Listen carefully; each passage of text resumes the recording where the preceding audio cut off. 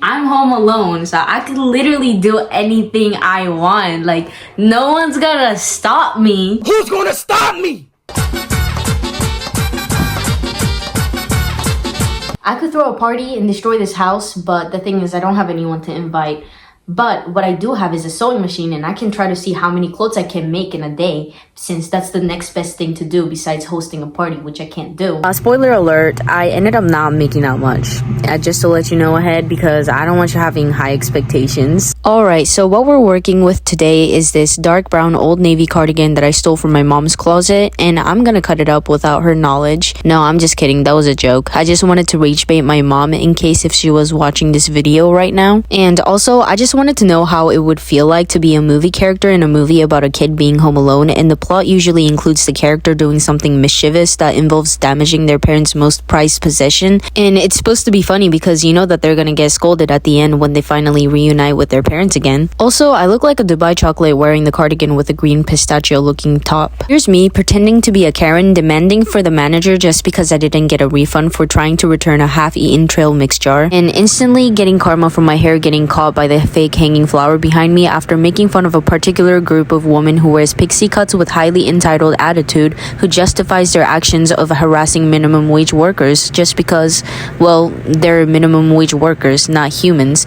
from their perspective. Speaking of minimum wage workers, as I trace out the shape for this top, I used to work at a restaurant, and that was my first job and probably the last time I'm ever gonna work at a restaurant. I'm done dealing with customer service because people are complicated to deal with, and I've dealt with a lot of hard-headed ones. Let me just tell you that it's not for the weak. You have to be thick-skinned to work at a restaurant and expect a lot of complaints and altercations, especially with DoorDashers. I hate them.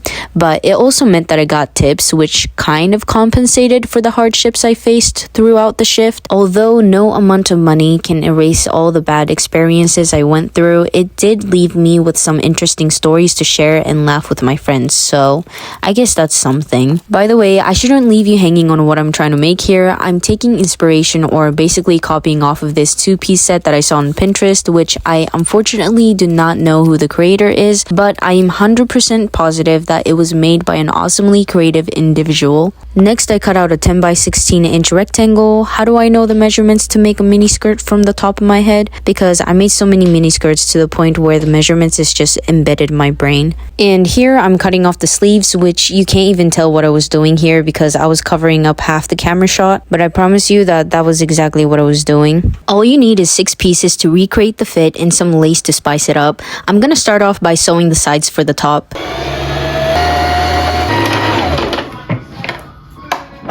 I posted 2 videos in a week so far, and this is my 3rd one this week. I know that consistency is key to growing a channel, but I'm starting to burn out a bit, and it's no surprise because I'm notorious for dropping a banger video consisting of me making a promise to stay consistent in the outro, only to ghost you guys for months until I get a random search to pick up the camera and record again. I would say that one of the major things that kind of discourages me to actually upload a video is, first, the lack of storage I have on my phone, second, the lack of willpower I have to commit to something that I promised to do, and lastly, editing.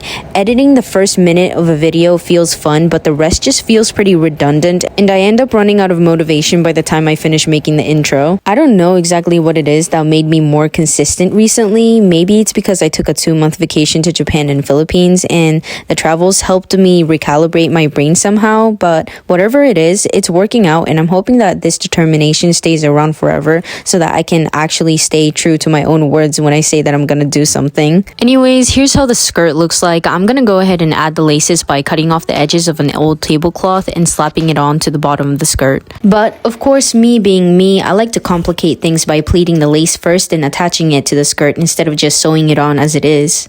Was it worth the effort and pain to do that just for a little skirt? Not necessarily, but does it look pretty good? Quite frankly, yeah. It's better than a plain basic brown skirt for sure. Next, I had to conquer the top by sewing the sides and the shoulder seams. I hope you enjoy the cinematic bird view shot that I took of me sewing. I guess you could say I'm a bit of a Quentin Tarantino genius myself. I mean, I even look like him too. After I was done sewing the top, I took the sleeves and reshaped it to match the size of the armholes. And next, I just had to attach those sleeves to the top, but before I did that, I went to take a quick bathroom break. But after returning from my quick break, I came back to discover that my dog has made a new liking to the old tablecloth that was sitting on the floor. I don't know what it is with my dog's obsession with claiming every fabric or any soft item that's on the ground, even if it's half her size. She'll probably even claim a piece of sock and sit on it just because it's slightly softer to sit rather than sitting on the hardwood floor. I couldn't exactly replicate the top of the two-piece since it looked awkward and weird when I tried to add the lace in the middle of the top where it's supposed to sit on the underboob, so I came up with the alternative idea to slap on this lace work instead. While you watch me sew this lace work on, let me share a quick fun fact about me. I'm too lazy to dress fashionably. If you think you have a bad taste in fashion style, wait till you see what I wore to Walmart yesterday. I wore a tie-dye t-shirt with a lime green jacket on top, a pair of jeans that doesn't even fit me anymore because it's too small, and a fur jacket that's falling apart at the seams. With an outfit like this, it's not uncommon to be mistaken as a homeless person. Actually, I can't be saying that because even homeless people got more drip than the average normies like us nowadays. Maybe my mom was right. I wasn't cut out to be a fashion designer when I dress as if I used a random fit generator website to pick out what I should wear for the day. That's the funny thing though, when you put in all of your effort and energy to create clothes, you don't have enough left to dress as nicely as the clothes you make yourself. Maybe that's just how it works because, come to think of it, some of the well-known fashion designers put less effort into what they wear. Take Alexander McQueen for example. He came out looking like he just picked up his kid from school after a long day of work, and Ralph Lauren looks like he just finished watching a rodeo show. And here's John Galliano strutting down the runway show getting ready to be included in one of the Culture Club's music video. The point is, they all look great and fantastic. Maybe that's why I dress the way I do, because I strive to be like one of those great artists one day. Maybe I'll just be the first one to look like I live under the bridge. It's gonna make such a great fashion statement. Back onto what I was sewing here, I'm taking another lace work which I cut in half, then cut out the inner circle to attach it to the ends of the sleeves so that I can create a ruffle sleeves. So as I was talking earlier about runway shows and making a fashion statement, you know how almost every fashion designers have a distinct look? Like how Karl Lagerfeld is recognized by his sunglasses, tucks and slicked back ponytail, Betsy Johnson for her blonde bob cut that looks kind of like Sia's and her distinct makeup, and Vivienne Westwood for her red hair and her bold outfits. And if I ever get the privilege and the honor to run my own fashion shows, I'll come out with my Hawaiian t-shirt, denim shorts, and my $12 H&M sunglasses to every show that I host, and I'm gonna end it by skateboarding down the runway and do a kickflip. Or maybe I can just do a backflip.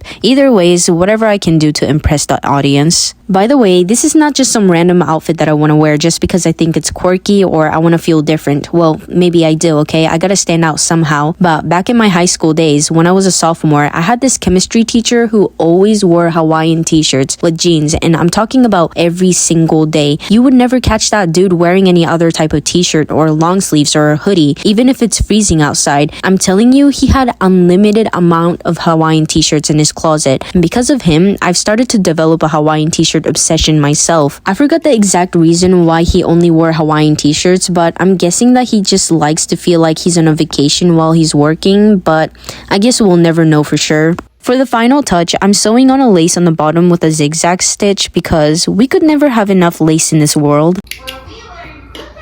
And at last, I get to hem the neckline because it's starting to fray like crazy, and I don't want it to unravel to the point where there's only half the t-shirt left by the time I'm almost finished making this. And kaboom, here is the final result.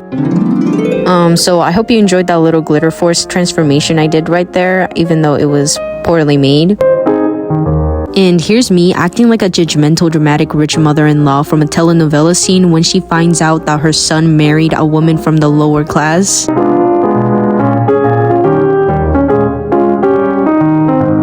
Anyways, I hope you enjoyed watching me sew, and yap, you're a real one if you got this far. I'm gonna be listing this on Depop, so make sure to check that out, link in the description. And no, the veil doesn't come with it because it's only for special effects to enhance the fit, so please do not get disappointed if you don't get one. Bye!